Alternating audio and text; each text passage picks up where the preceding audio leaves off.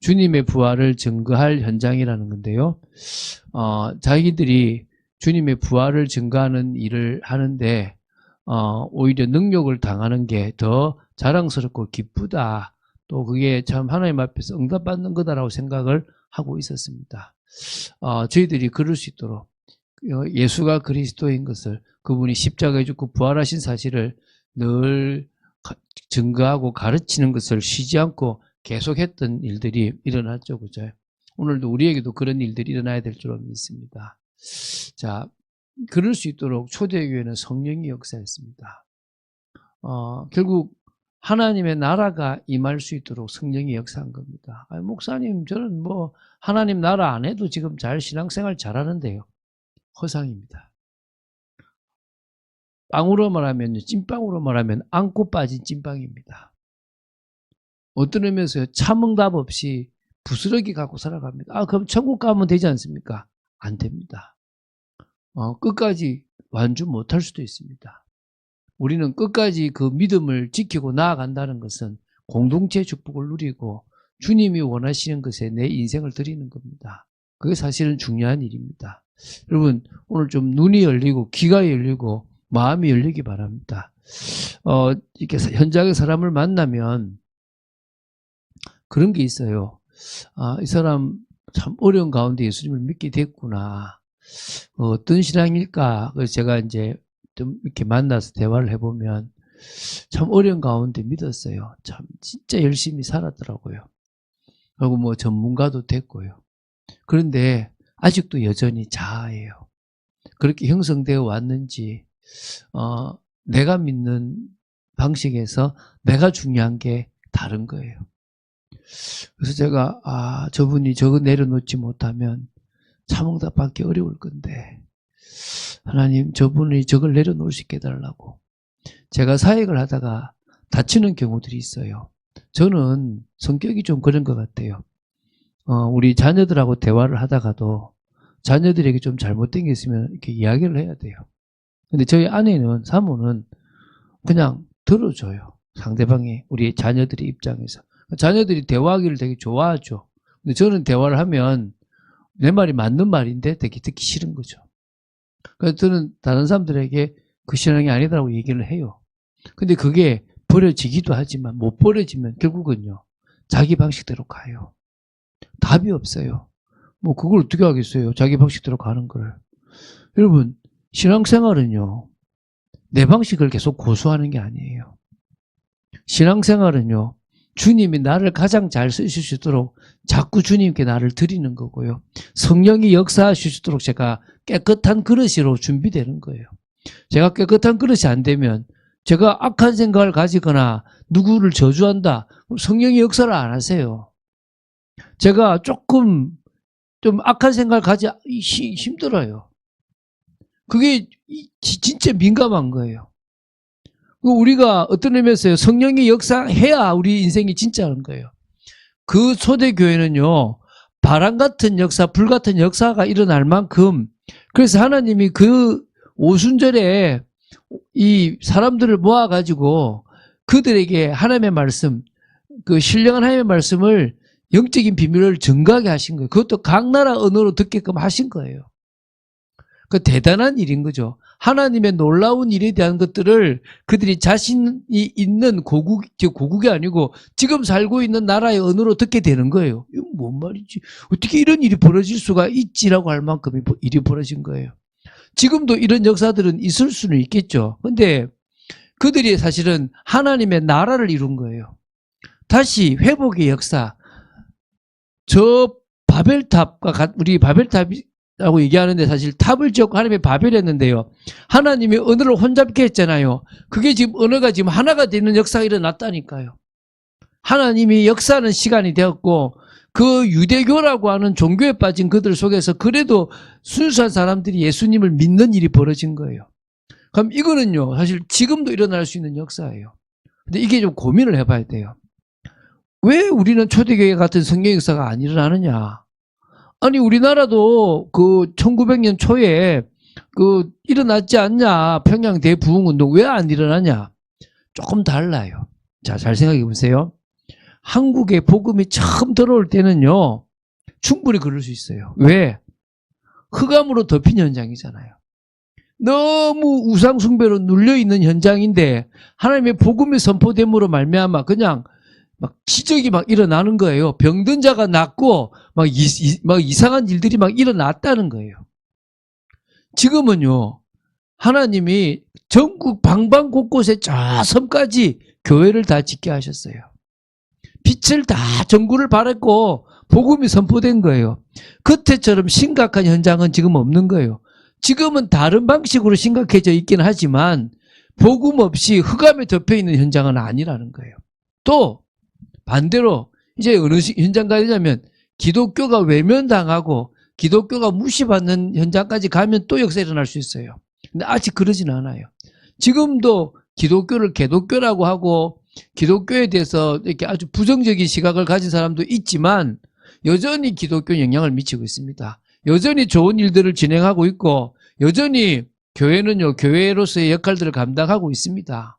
그리고 사람을 살리고 있고 소금과 빛의 역할을 감당하고 있습니다. 그러다 보니까 애매한 거예요. 어떤요? 초대교회와 같은 성령의 역사가 지금도 일어나기로는 이 나라는 애매한 거예요. 이제 저 모슬렘에는요 일어나는 거예요. 왜? 너무 흑암에 덮여가지고 인권이 무시되고 복음이 없이 막 눌려서 우상숭배로 저주와 재앙이 많은 곳에는 초대교회가 일어났던 역사와 같은 일이 전 세계에 복음이 들어가면서 일어났던 일들이 일어나는 거예요. 우린 지금 어려운 거예요. 그게 더 심각한 거야. 표가 없어요. 회복할 수가 없는 거예요. 초대교회처럼 아니 우리 평양 부흥처럼 하고 싶은데 어려운 거예요.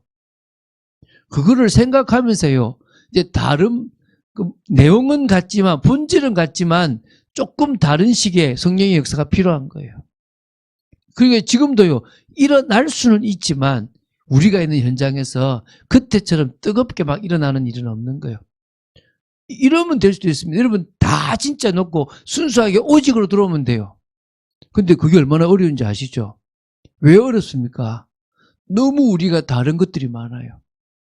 우리 젊은 친구들은요. 주님의 말씀보다 더 빠져들어갈 게 많아서 오직이 되기가 너무 어려운 시대가 되었어요. 그러니까 성령의 역사 일어나기 어렵죠. 일어나기만 하면 우리는 부활의 증인이 될 수 있는 거예요. 일어나기만 하면 이 중요한 일들이 일어나게 돼 있는데 어려운 거예요. 그래서 우리가 지금 우리는 뭐요? 부활의 증인을 부활을 증가할 그런 증인으로 서야 될 줄 믿습니다. 성령의 역사가 그때처럼 안 일어나도 우리는 이미 성령의 역사를 가지고 있을 수도 있고 또 나름 우리에게 맞게끔 성령은 역사하시고 있습니다. 그래서요, 이거 기억하세요. 주님이 모든 성도를 그렇게 부르셨어요. 뭐로 부르십니까? 증인으로 부르셨어요. 주님이 모든 성도들을 제자만 특별하게, 목사만 특별하게 아니라 다 부르셨어요. 마태복음 5장 13절부터 16절 우리가 이 얘기 계속 우리 표를 했잖아요. 너희는 세상의 소금이다. 너희는 세상의 빛이다. 이거 누구한테 한 거냐면 유대인들에게 한 거예요. 바리새인들에게만 한 게 아니라 모든 그 당시의 백성들에게 했어요. 한마디로 너희들은 제사장 나라다. 너희들은 전 세계에 이 하나님의 살아계심을 증가라고 부른 제사장 나라다 인 거예요. 그러니까 소금과 빛의 역할을 세상에 감당해라. 근데 못하고 있는 거예요. 못해가지고 그게 지금 우리한테 왔어요. 모든 성도는 제사장 나라예요. 모든 성도는 세상에서 제사장의 역할을 감당하는 존재들입니다. 베드로전서 2장 9절에 거룩한 족속이요 택하신 백성이요 뭡니까? 왕같은 제사장이고 그의 기이한 빛에 아름다운 덕을 선전하려고 부른 선지자 역할을 감당하는 사람이에요. 우리가 진정으로 부활의 증인으로 서야 되는 거예요. 우리가 증인이라니까요. 그 일이 우리 인생의 가장 빛나는 일이고 구원받은 우리가 주님의 그 은혜를 갚는 가장 확실한 방법이고 우리가 진짜 믿음 있다라고 말할 수 있는 거예요.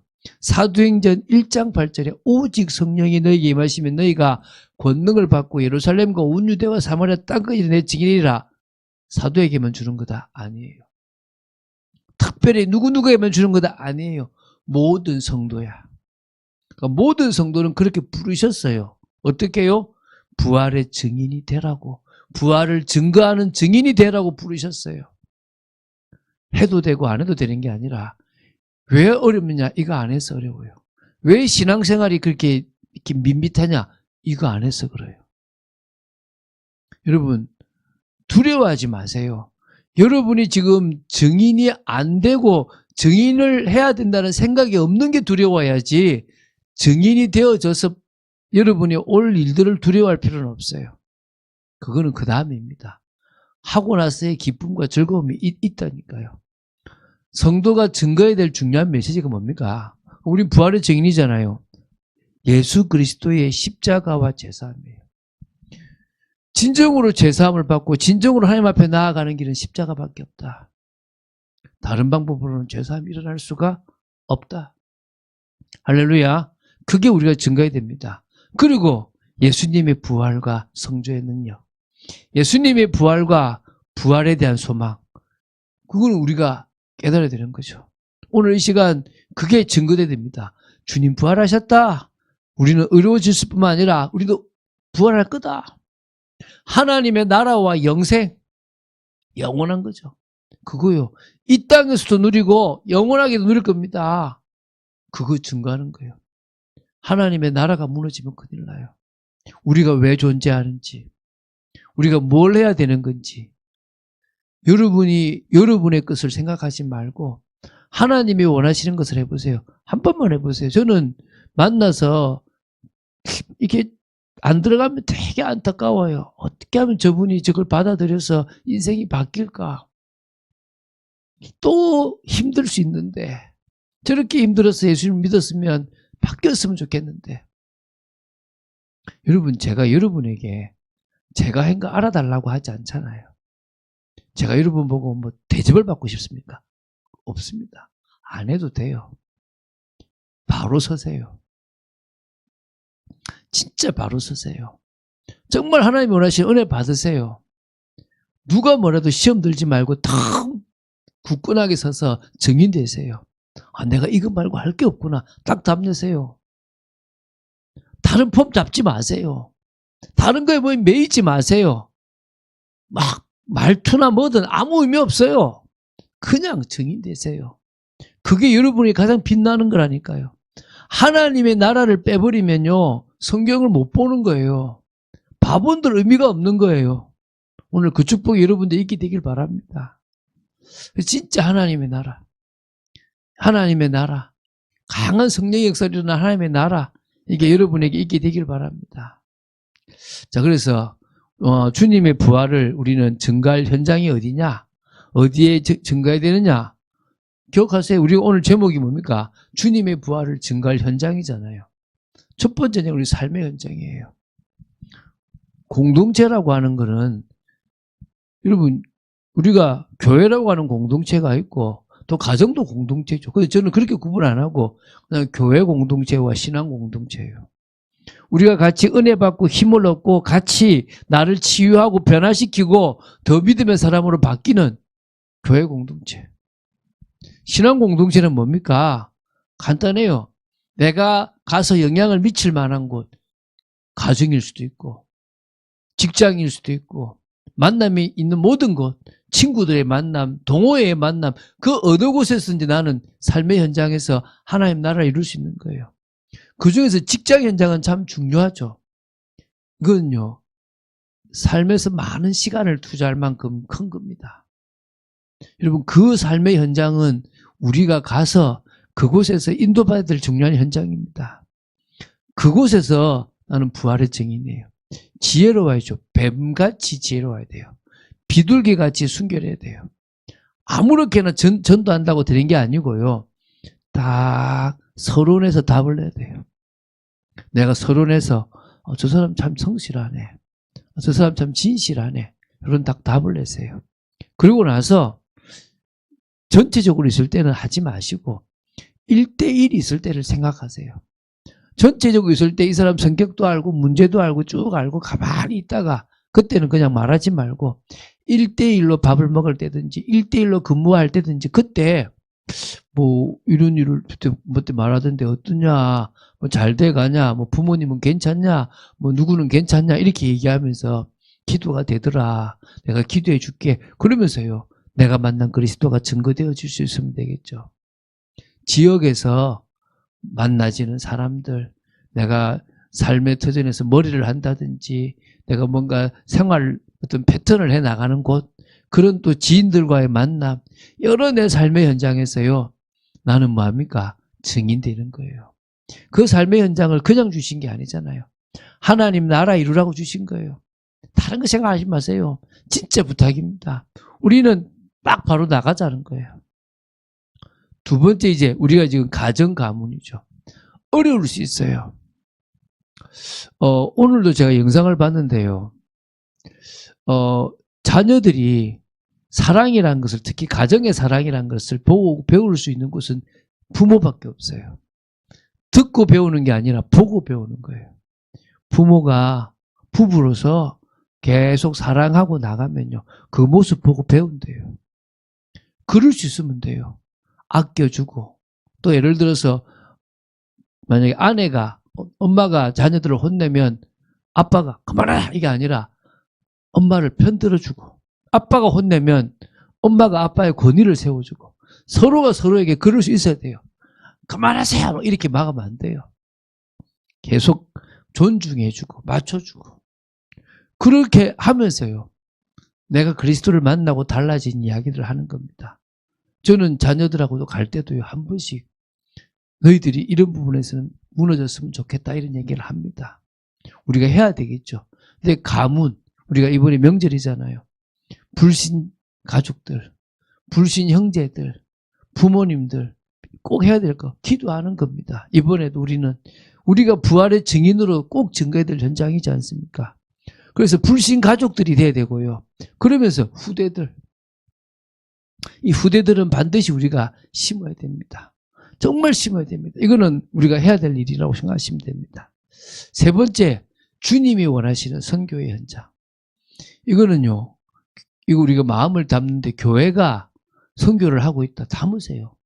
여러분, 불가리아도 담으시고, 사이판도 담으시고, 조지아도 담으시고요.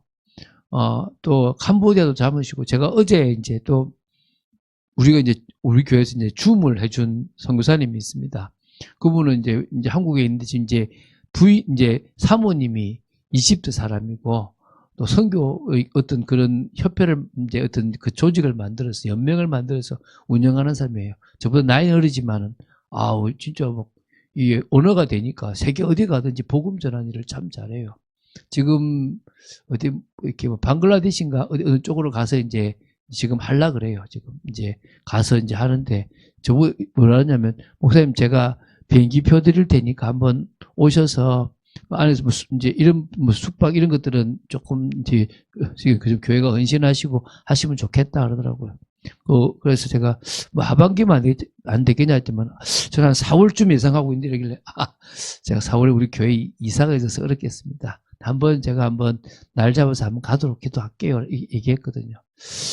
저는 현장을 많이 가지는 않지만 않을 거지만 그런 기회가 되면 갈 겁니다. 그래서 그분이 가서 그분이 이제 통역을 잘 하거든요. 그래서 메시지도 하고. 그래서 제가 4월부터 이제 줌으로 이제 이 신학 강의를 이제 하기로 했어요. 벌써 이제 제가 신학 강의를 하는 곳이 이제 저 캄보디아 가서도 하죠. 이제 또 이제 그 줌으로도 지금 또 하게 되거든요. 이제 조금씩 하나님이 이제 발을 넓힙니다. 그럼 거기에 같이 마음 담으시면 돼요. 두 번째, 여러분 개인이 여러분 같이 누군가 같이 아는 선교사님이나 마음에 담기는 그런 그 선교지가 있으면 또 담으셔도 돼요. 그래서 우리가 계속 이 전도하고 선교하는 일에 딱 방향 맞추면 돼요. 이게 되게 중요한 거거든요. 우리 이게 지금 해야 될 일이에요. 하나님이 원하시는 일이라고요. 이게 지금 우리가 이거 하고도 하기라도 부족해. 근데 다른 것에 제가 강하게 왜 얘기하느냐? 이번에 우리는 이거에 답내야 돼요. 해도 되고 안 해도 되는 게 아니라 진짜 응답이 있는 곳으로 가자는 거예요. 진짜 내 모든 것이 있는 참 응답이 있는 곳으로 가자는 거예요. 여러분 꼭 가게 되기를 바랍니다. 그래서 기도하자는 거예요. 삶의 현장을 놓고 기도하자는 거예요. 근데 이건 계속 기도하는 거예요. 두 번째, 이번에 가정 가문, 불신 가족들을 놓고도 기도하고 후대들을 놓고도 기도하는 겁니다. 세 번째, 우리는 다 멈춰 있지만 명절이라고 다른 데는 안 그래요. 일본은 구정이 없잖아요. 우리처럼. 그럼 거기에 있는 사람들은 다를 거란 말입니다. 다른 나라도 마찬가지고. 그 나라들에 우리는 복음을 전하는 거고요. 계속 기도하는 겁니다. 그래서 결론입니다. 특히 우리는 가문 복음화를 위해서 기도하는 겁니다. 하나님이 우리에게 가문 복음화를 하라고, 또 가문을 복음 명문가로 바꾸라고 저는 계속 기도하거든요. 시간 날 때마다 의도적으로 딸들하고 아들하고 이렇게 같이 1대1로 있을 시간들이 있어요. 그러면 얘들도 아빠랑 이야기하는 시간을 좋아해요. 저는 우선이 가족이 아니에요. 가족들도 하잖아요. 근데 제가 여러분들에게 제 가족들 얘기를 그렇게 많이 하는 편은 아닙니다. 하긴 하는데 저는 제 우선순위가 현장입니다. 저는 자녀들이 뭔 일이 있어도 저는 좀 먼저 갑니다. 왜? 제가 여기 있다고 해서 그 아이가 낫는 거 아니니까. 차라리 제가 현장에 가요. 그게 저한테 우선입니다. 그런데 저에게 또 후대가 있잖아요. 그럼 그건 제가 신경 써야 돼요. 일부러 제가 후대를 태워주기도 하고 대화도 하고 그들의 일을 맡아줘요. 자녀들이 제가 뭔가를 일을 맡으면요. 2번, 3번 걱정을 안 해요. 왜? 아빠가 하면 확실하니까. 그렇게 제가 입으로 해줘요. 왜입니까? 신임을 얻어야 되니까 서론이잖아요. 그리고 어느 순간에 1대1로 딱 맞게끔 또 이야기도 하고 복음에 대한 이야기를 해야 될 거 아닙니까? 그렇죠? 그런 것들이 우리가 해야 됩니다. 그래서 이번에도 정말 우리가 가문에 복음의 영향력을 미칠 수 있는 부분들을 더욱더 기도하자는 겁니다. 그런 축복을 누린 여러분 되시기를 주 예수 그리스도 이름으로 축원드립니다. 자, 우리 시간 제가 기도하겠습니다. 하나님 감사합니다. 성령으로 충만케 하시고 또 인도하여 주시고 역사하여 주셔서 저희들이 진정으로 다른 것 정말 내려놓고 이제 다 이 부활의 증인으로 서게 하여 주시옵소서. 뭔가 폼 잡는 것도 다 내려놓고 저도 아버지한테 얼마나 폼 잡았습니까? 저도 얼마나 뭔가를 제가 드러내려고 그랬습니까? 다 의미 없음을 느낍니다. 아버지 정말 저희들이 그 일에 들어갈 수 있게 하시고 그 어떤 것보다 주님 앞에 쓰임받는 축복 있는 저희들 되도록 지켜주시옵소서. 감사드립니다. 주 예수 그리스도 이름으로 기도드립니다. 아멘.